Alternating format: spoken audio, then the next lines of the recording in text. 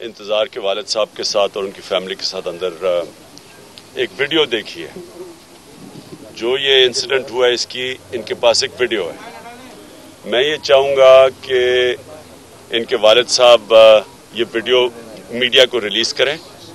इसमें वाज़ेह है कि ये कोई किसी किस्म की ना वो भागने की कोशिश थी ना कुछ जो कहा गया है, कोई इम्प्रेशन दिया गया कि कार उन्होंने कोई anti car lifting cell anti car lifting cell कोई कार्रवाई कर रहा था। सीधा सीधा सबके सामने आ जाएगा। जो मैंने वीडियो देखी है, मैं चाहता हूं कि इनके वालिद साहब आपके सामने भी वो वीडियो चलाएं, मीडिया को दें। और जो इनकी डिमांड वो ये है कि ये एंटी टेररिज्म कोर्ट के अंदर केस जाए।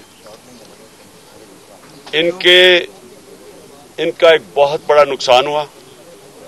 इसमें कोई किसी किस्म की प्रोवोकेशन नहीं थी जो वीडियो में नजर आ रहा है।